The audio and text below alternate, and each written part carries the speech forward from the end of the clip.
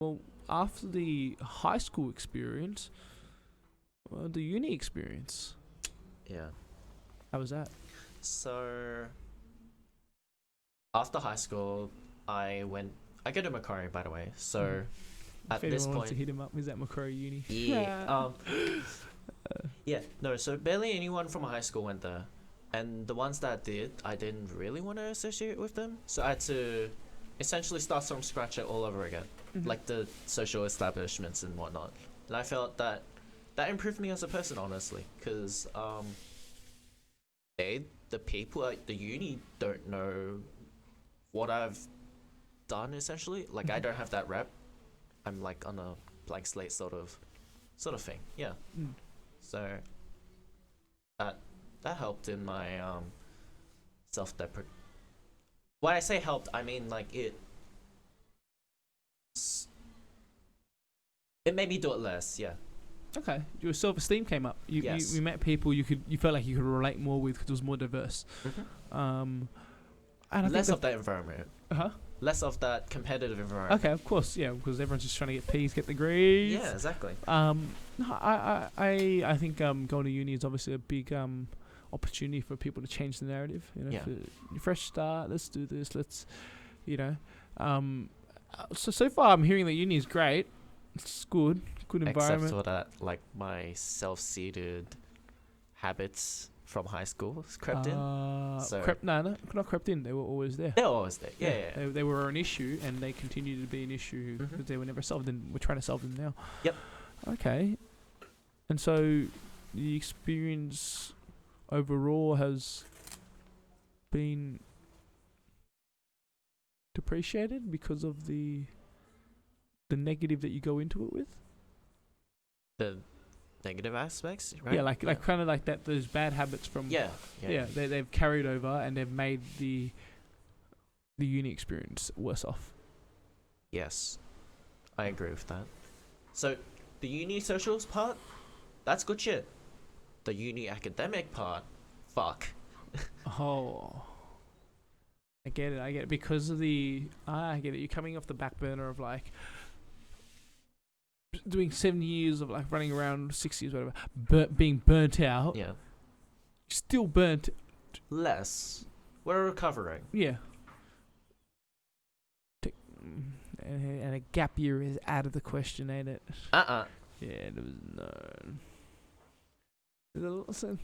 Like I guess, now that I think about it, it's like my parents wanted me on this little, like they have a whole course set up of like, do your selective test, pass that shit, get HSC, get good ATAR, get good uni, good degree, good job.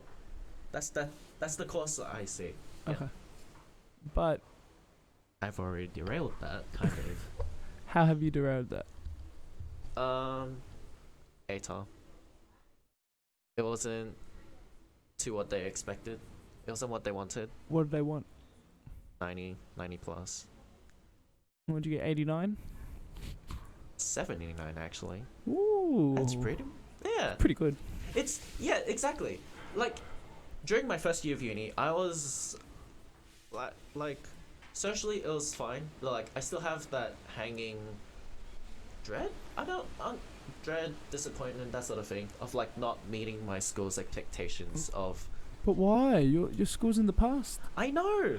You're a man that's been haunted by his past. Pretty much, yeah. It's a new day. Can you see the sun? Yeah. You can't really, but can you see that it's bright? Yeah. Me, I like thinking about my past to kind of reflect on my Yeah. future. Yeah. Using that past to kind of make that future better. I guess it's like during that period of time, like Mhm. first year uni, end of high school, well, whole of high school to first year uni, I didn't really do much introspection. Mm-hmm. So that's why there's And still you're doing that. it now. Yeah, exactly. Yeah.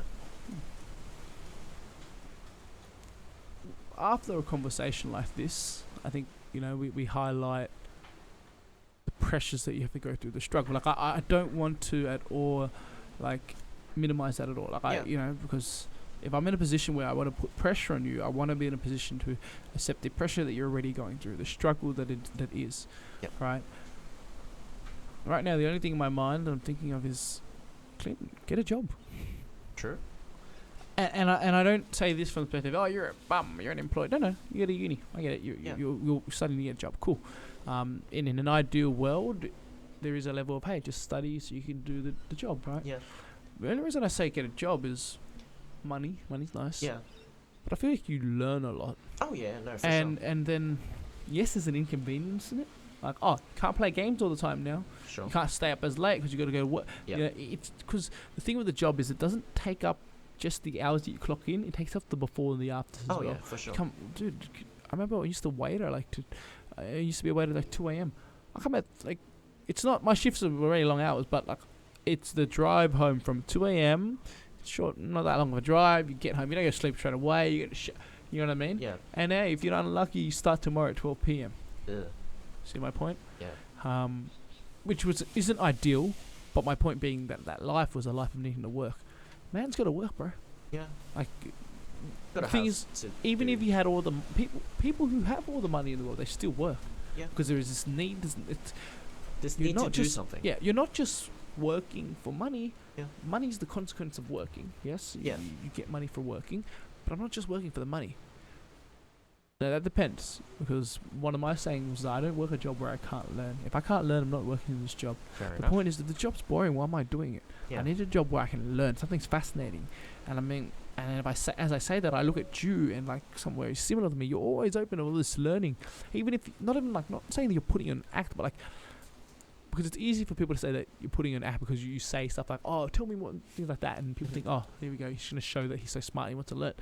But then there's also a level to take into account that he just wants to know.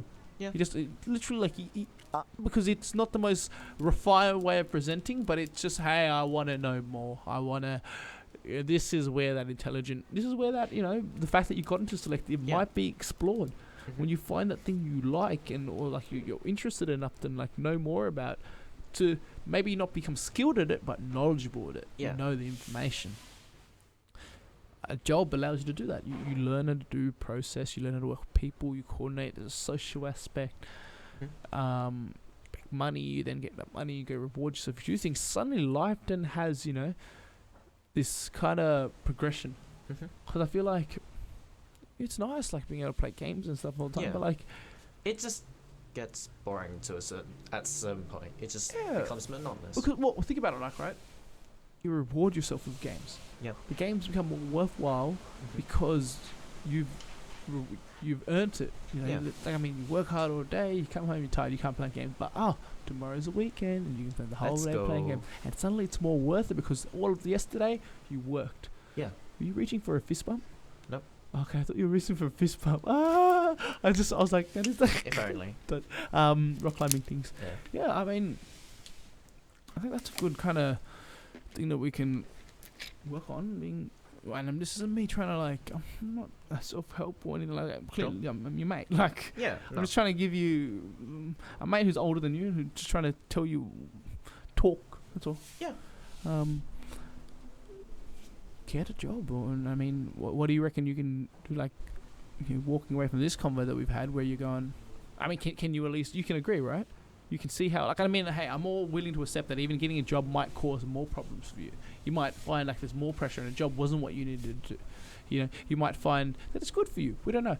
But from what I'm seeing, I'm like, man, you seem like you've got so much time to do things. Yeah. And because I'm just wasting it away. It's kind of like, because you've got the abundance of time. Right. So you go, well, I can always do my exam stuff later, as long as I get in the deadline, which you do. But then there's a compromise on like the quality, because at the end of the day, the game's when hey, who wants to put a cap on fun? Right. Who wants to put a cap on fun? And even when I say this, my parents taught it: do your work, and then you can play for as long as you want, whatever it is. Like, you can do the hard stuff first of all, is what we knew. Right. These are just stuff that we're taught, and it's easy for me to touch on that. But I shouldn't have talked on this side, talking. But the point being, if you find like that routine where, despite giving up your time, right, you've lost hours. Yep. You're gonna get money, but there's a reward at the end. Yeah. At the end of that fortnight, you're like, I get a couple of hundred. Yeah. And I mean, what kind of work do you reckon you'd do? Currently, currently I'm a support teacher, kind of. Casual. Okay, so you're currently working, making a bit of money. Yeah, just a bit. Perfect. Okay, and do you feel like, but somehow you still have time in your hand to be Yeah. wasting? It's not consistent enough. Ah. So maybe another job. I've applied for a more permanent position there. Mm-hmm. Okay. Hopefully. We'll see how that goes, right? Yeah, we'll see how that goes. Because mind you, and this might not be the model to go by, but what I did when I was in first year uni, second year, I was balancing like 4 jobs at once. That's what got me. You know how I'm like good at planning stuff. That's what got me into that routine of planning. Because Right. it wasn't the most like graceful. It wasn't the most, but there is something to be said in making graceful. Can you imagine, working at 2 different wedding receptions, right? Having a shift. So I finished the Saturday shift. The guy asked me, "You working Sunday?" I'm like, "I'm not," because I was actually working at the other reception. Oh. Right? Like, okay, cool, you're not. Sunday morning, the bosses want to go to a picnic, go out, save the seat. We'll pay you $20 an hour. I'm like, cool. I had to study for a linguistics exam, Oh yeah. so I brought my stuff up early morning, drove up to the park, sat there studying, half asleep. Once the bosses came, I headed off. When I headed off, I head to the Sunday markets Oh. to hand out flyers for the local gym. Wow. Right, and then I from there I head home to get changed to start the shift for like 4 o'clock for the wedding reception. Whoa.